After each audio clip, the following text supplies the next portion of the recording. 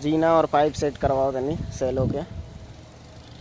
अभी फिलहाल एक टाइट उट करे के बाटे एने सेलो के जीना हटे और पाइप बाटे।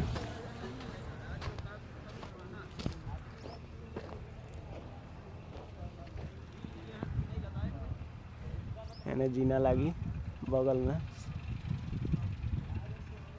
पाइप लागी। अच्छा अच्छा